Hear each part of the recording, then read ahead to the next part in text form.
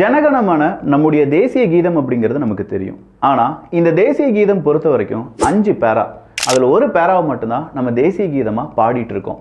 கிட்டத்தட்ட 1911 இந்த தேசிய கீதம் தாகூர் அவர்களால் உருவாக்கப்பட்டிருந்தாலும் 1918 தான் இதற்கான இசை அப்படிங்கிறத சேர்த்திருக்காங்க. ஒரு தம்பதியினர் தான் இதற்கான இசையை சேர்த்தார்கள் என்பது குறிப்பிடத்தக்கது.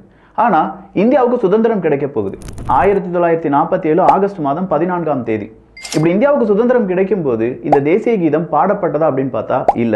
அதற்கு பதிலா அங்க ஒலித்த பாடல் எது அப்படின்னு பாத்தீங்கன்னா சாரே ஜஹாம்சே அச்சா அப்படிங்கிற அந்த பாட்டு தான். அப்படின்னா இந்தியாவினுடைய தேசிய கீதமாக ஜனகணமன எப்படி வந்தது? வந்தே மாதரம் அப்படிங்கிற ஒரு பாட்டு இருந்துச்சு, அது இந்தியாவினுடைய தேசிய கீதம் இல்லையா? 3 பாடல்கள் தான் இந்தியாவினுடைய தேசிய கீதமாக அறிவிக்கப்படுவதற்கான வாய்ப்புகள் இருந்த பாடல். வந்தே மாதரம், ஜனகணமன, சாரே ஜஹாம்சே அச்சா. ஆனா இதுல வந்தே மாதரம் அப்படிங்கிற ஒரு பாட்டு இஸ்லாமியர்களுக்கு எதிராக இருக்கு அப்படின்னு சொல்லி பலராலும் பெரிய அளவுல பேசப்பட்டு வந்தது. 1939க்கு பிறகு தாகூர் அவர்களும் இந்த வந்தே மாதரத்துக்கு அவர் கொடுத்துட்டு வந்த ஆதரவை விலக்கி கொண்டார்.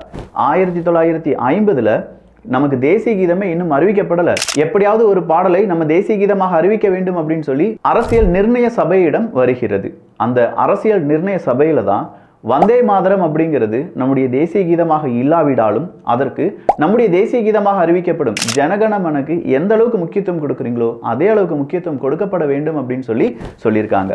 ஸோ நமக்கு 2 தேசிய கீதம் அப்படின்னு சொல்லலாம். ஒன்று ஜனகணமன, அதே அளவுக்கு பவர்ஃபுல்லா அதே அளவுக்கு மரியாதை கொடுக்கக்கூடிய வந்தே மாதரம். அப்படின்னா சாரே ஜஹாம்சே அச்சா அதை பற்றியான விவரங்கள் அங்கே தெரிவிக்கப்படவில்லை என்பதும் குறிப்பிடத்தக்கது. இதே மாதிரி இன்ட்ரெஸ்டிங்கான ஃபேக்ட்ஸுக்கு நம்ம சேனலை சப்ஸ்கிரைப் பண்ணிக்கோங்க.